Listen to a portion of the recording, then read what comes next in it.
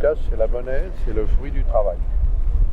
Je pense que depuis quelques années, on a formaté la population française comme un troupeau de moutons, à savoir qu'il faut avoir peur du cash, il faut avoir peur du fruit de son travail, du fruit de son labeur.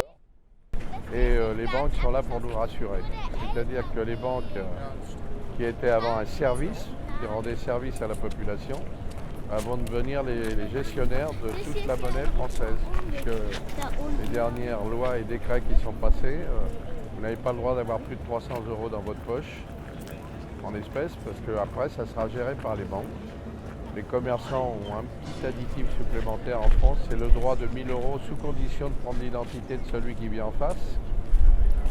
Donc voilà, la gestion, c'est 60 millions de Français fichés B, c'est-à-dire fichés banque.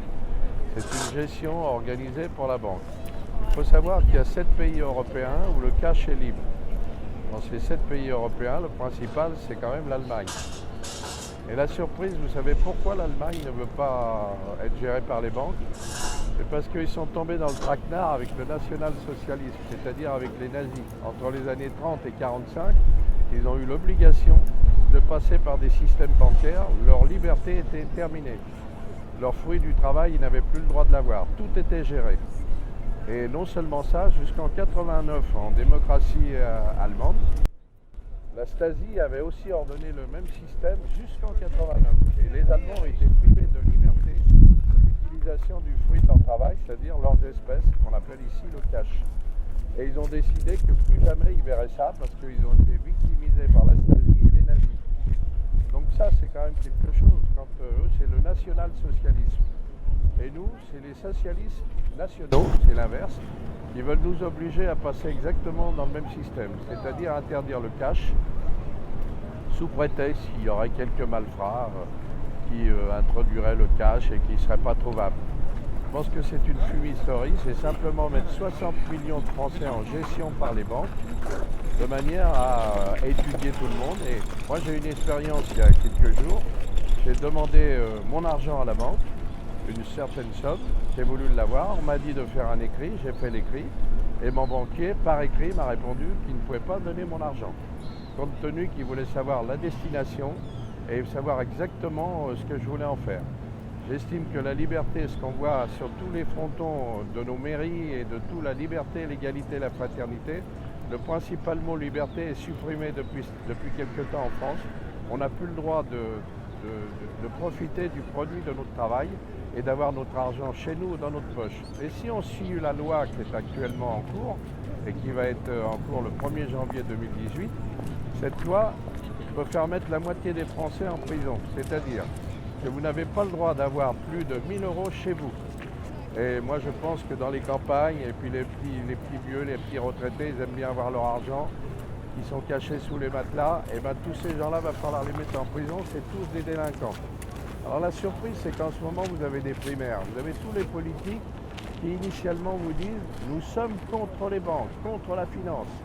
Seulement, ils vous obligent à passer les 60 millions de Français par la banque, qui vous autorisera ou non vos règlements, et qui, au lieu d'être un service, va largement se payer sur vos feuilles de paye et sur tout ce qui s'ensuit.